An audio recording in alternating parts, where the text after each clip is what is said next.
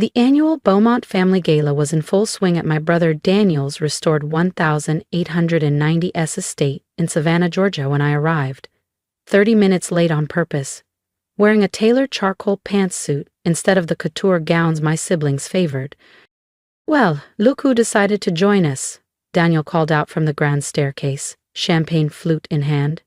"Camille, the eternal office clerk." A wave of polite, knowing laughter swept through the Beaumont elite: surgeons, venture capitalists, corporate attorneys, and tech founders. I was the failure of the family, the one who had supposedly settled for a modest role as an administrative assistant at Sterling Holdings. "Still answering phones for a living," my sister-in-law Paige smirked, her diamond necklace catching the chandelier light. "Something like that," I said, taking a sip of champagne. My phone buzzed. Text from my real executive assistant: "Forbes piece goes live in 10 minutes. Perfect." "Camille," my mother sighed from her corner near the fireplace. "When will you do something meaningful with your life? You're 32. Your brothers had built empires by then." I glanced around at my so-called achievers: Daniel, real estate mogul; my sister Isabel, cosmetic surgeon to celebrities; Matthew, tech CEO. All perfectly proud of themselves. "I'm comfortable where I am," I replied, glancing at my watch. "Comfortable?" Isabel scoffed. "You rent a one-bedroom and drive, what? A Honda?" Another buzz. New York Times headline cued. "Speaking of success," my father boomed, raising his glass. "Let's toast to Daniel's latest triumph, acquiring 10 luxury properties in downtown Savannah." Daniel grinned. "Prime locations. By next week, the deal's sealed. The Beaumont name will own the city's skyline." I hid my smile behind the rim of my glass. 3, 2, 1. The room filled with vibrating phones, notification pings, and murmurs. Daniel froze mid-test, staring at his screen. "What the?" Isabel's face went pale. My mother's hand clutched her pearls. Across the room, the Forbes and New York Times headlines glowed on every device. Sterling Holdings CEO revealed mystery billionaire controls Savannah's largest real estate portfolio, was known in both political office to be a remarkably leveraged and assassin. Beneath the headline was my corporate headshot, smiling back at them. This has to be a mistake," my father stammered, his voice catching in the grand dining room. "No mistake," I said evenly, setting down my champagne flute. "Sterling Holdings owns those luxury properties, has for the past 5 years, along with nearly every other Savannah, Charleston, and Atlanta. But you're an assistant," Daniel said, his voice trembling. "Executive assistant," I corrected with a quiet laugh. "At least, that's what you all believed. In truth, I'm the founder and CEO. I started Sterling Holdings 12 years ago, right after you mocked me for getting my business degree from the University of Georgia instead of Harvard." "That's impossible," Isabel whispered. "Sterling is worth $9,600,000,000 as of this morning's valuation," I finished for her, "though it may rise once today's news finishes making the rounds." My phone buzzed again, more headlines lighting up the screen. Local assistant revealed as billionaire developer controlling southern real estate market. Sterling Holdings blocks Beaumont deal in surprise move. Daniel's face drained of color. "You knew," he said slowly. "You knew I was negotiating to buy properties you already owned." "Of course." I let my smile widen. "I've known about every deal you've chased. It's hard to compete when you don't even realize your rival's been in the room all along." The room went silent. Excellent camouflage, wouldn't you say? I pulled up Sterling's property portfolio on my phone. "While you flaunted your wealth, I quietly built an empire. Every time you mocked my modest life, I bought another building, another company, another piece of the skyline." "Why keep it a secret?" my mother demanded, her tone sharp. "Because underestimation is a powerful business tool, and frankly it was entertaining. Do you know how many negotiations I won because people thought I was powerless?" Daniel's hand shook as he grabbed his phone. "We can't lose the deal. Our investors—" "Already know," I interrupted. Beaumont Real Estate's stock dropped 14% in after-house trading. The market doesn't take kindly to finding out you've been outmaneuvered by your so-called underachieving sister. I took another sip of champagne, letting the silence stretch. For years, they'd looked down on me. Tonight, they were looking up. Isabel sank into the cream leather sofa, her designer heels slipping off as she stared at me. All those meetings at Sterling Holdings?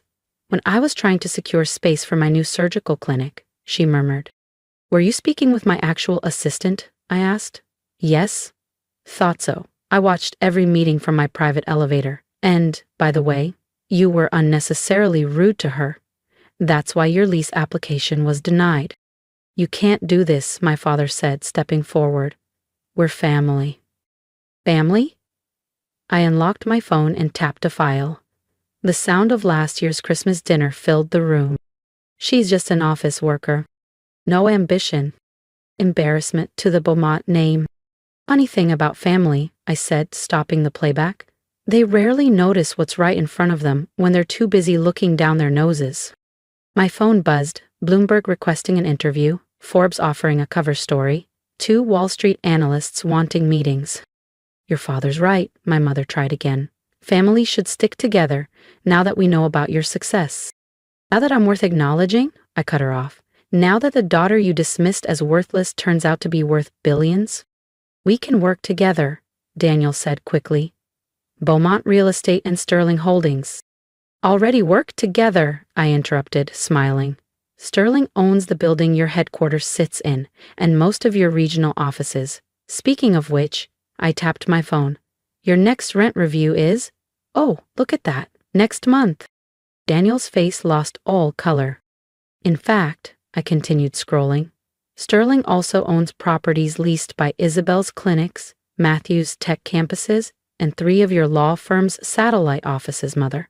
Interesting coincidence, isn't it? Yeah, our landlord, Isabel whispered. Among other things, I replied. Sterling also holds controlling interests in several of your suppliers, service providers, and your banks. The silence was heavy enough to hear the faint ticking of the grandfather clock in the corner. So you see, I said, lifting my champagne, I never needed to prove myself to the Beaumont family. I just needed to own you. And now, I do. My father swallowed hard. What do you want? One? I laughed softly, the sound echoing in the stillness. Oh, Father, I already have it. If you want to see exactly how Camille turns this family reckoning into her greatest power play yet, make sure you subscribe. You won't want to miss what happens next. I want you all to wake up every morning knowing that the daughter you dismissed controls your destiny, I said calmly, that every rent check you write, every contract you sign, every deal you close, chances are you're doing it with a company I own. My phone buzzed one last time. A photo from my real assistant, the Sterling Holdings logo, being mounted on what used to be the Beaumont Tower. Now, if you'll excuse me, I said, turning toward the door, I have interviews to give about how I built a billion-dollar empire while my family was too busy mocking my so-called job. Camille, wait, Isabel called out. I turned back. Oh, and Isabel, about your mansion. You might want to check who owns your mortgage. Sterling acquired your bank last week. As I walked out, I heard Daniel's phone ring, probably his investors demanding answers. My mother clutched her pearls.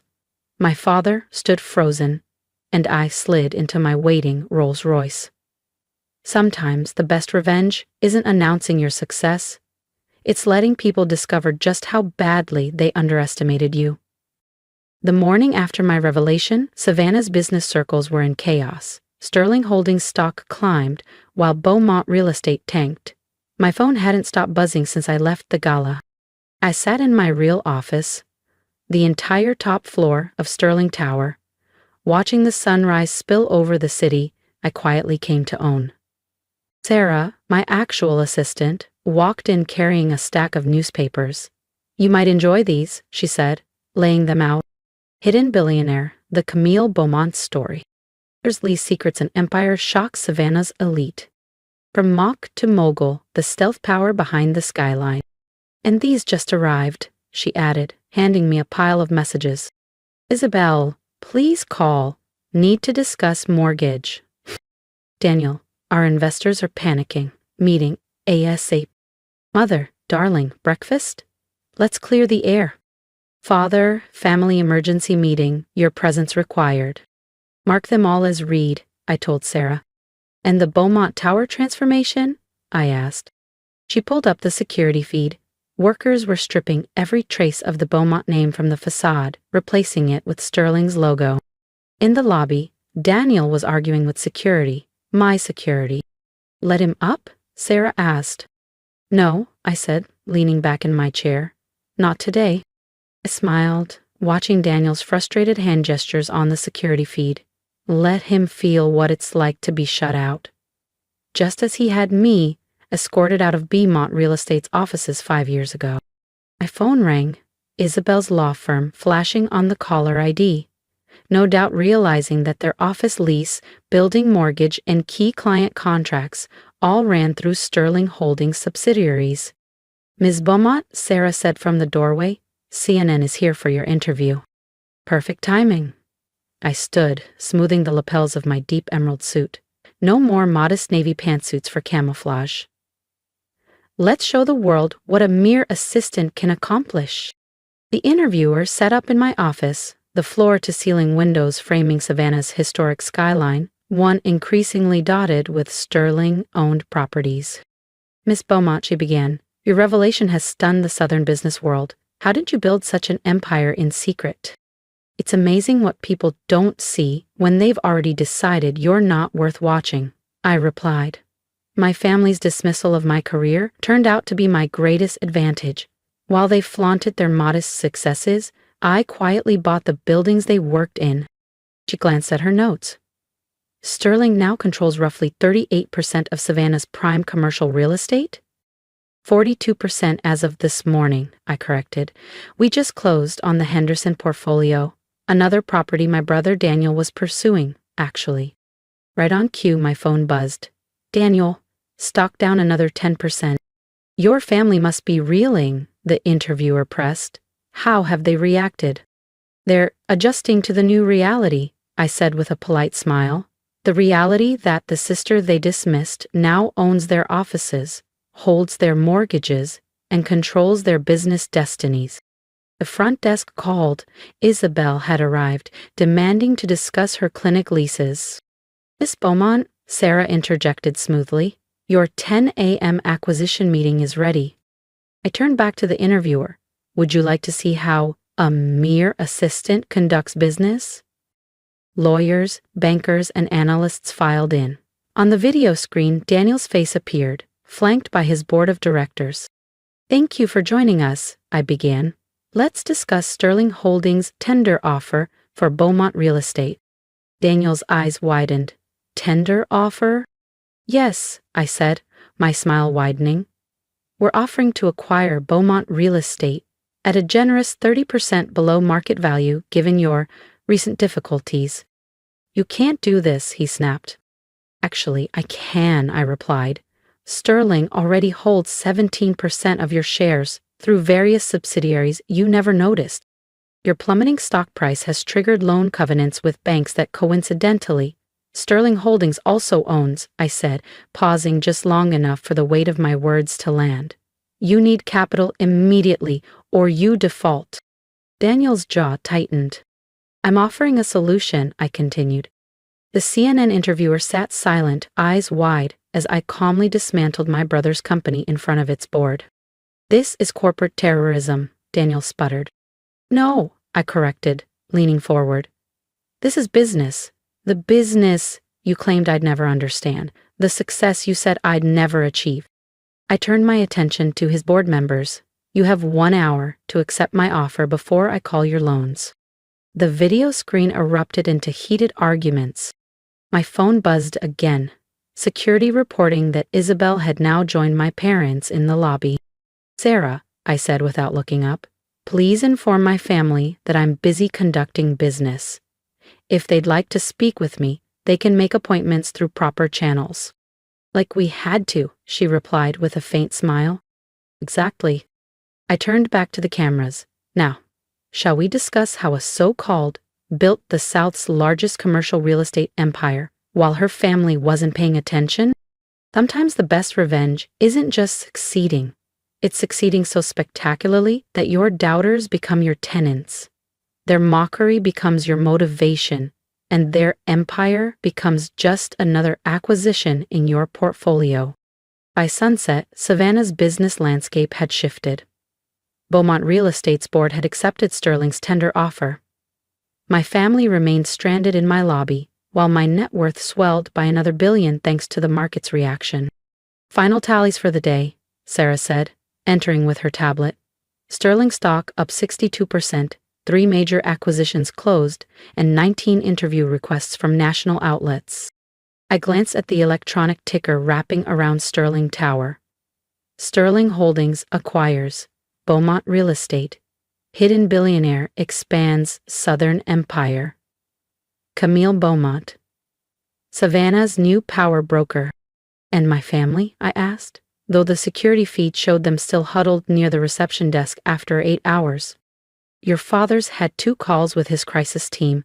Daniel's in meetings with his soon-to-be former board. Isabel is scrambling for emergency financing, and your mother, Sarah smirked, wants to know if you'll attend the annual charity gala next month. Apparently they'd like to honor you as Businesswoman of the Year. I smiled, remembering every dinner where they'd questioned my choices. How convenient, I laughed. Last year you didn't even invite me to the gala because my career wasn't significant enough to mention. My phone buzzed, message from Daniel. You've made your point, let's talk. Should I let them up? Sarah asked, glancing at the security feed. I studied the image. My family looked drained, their perfect hair and tailored clothes wilting after hours in the lobby. Put them in conference room B, let them wait another hour. While they sat in that glass box, I worked. Closed on 2 more commercial properties, signed 3 major development contracts, approved lease terminations for companies that had backed Beaumont Real Estate's failed attempts to compete with Sterling Holdings. Only when the sun began dipping low over the Savannah River did I decide to face them. They looked exactly as I'd pictured, angry, rumpled, and, for the first time, uncertain. 8 hours, my father said, standing as I entered. You made us wait 8 hours. I checked my watch. I made you wait 10 years. The 8 hours were just a bonus. We're family, Isabel snapped. I tapped my tablet, and the wall screen lit up. Years of footage, transcripts and quotes, their mockery, their sabotage, their dismissal. We were wrong, Isabel whispered. Yes, I said, sliding into the head seat they used to claim. And now you need me? Loans, deals, leases. I laid it out plainly. Isabel's clinics, Matthew's tech hubs, Daniel's flagship properties. Every one of them sat in buildings I owned. For 10 years, I built this empire while you laughed, I said, swiping to the latest headline. Sterling Holdings acquires Beaumont Real Estate. Here's the deal. Sterling buys your remaining businesses cheap. You work under my leadership or you lose everything. And if we refuse? My father asked. I smiled. Good luck finding space in Savannah that I don't control. Sarah's phone pinged. Forbes cover confirmed. Savannah's Shadow Queen, the rise of Camille Beaumont. You have until tomorrow, I said, standing. Camille, we're proud of you now, my mother called after me. That's the problem, I said without turning back. You're 10 years too late. I returned to my office. The city lights shimmered in the windows. Each tower, each deal, each victory, mine. If you've been underestimated, dismissed, or told you'd never amount to anything, then you know exactly how I felt for a decade. My story isn't just about revenge. It's about building quietly, strategically, until the day your work speaks so loudly no one can ignore you. I want to hear your thoughts. What would you say to the people who once doubted you? Leave me a comment below, and if you believe in turning setbacks into power moves, subscribe to follow the rest of my journey. Remember, the best response to doubt is undeniable success.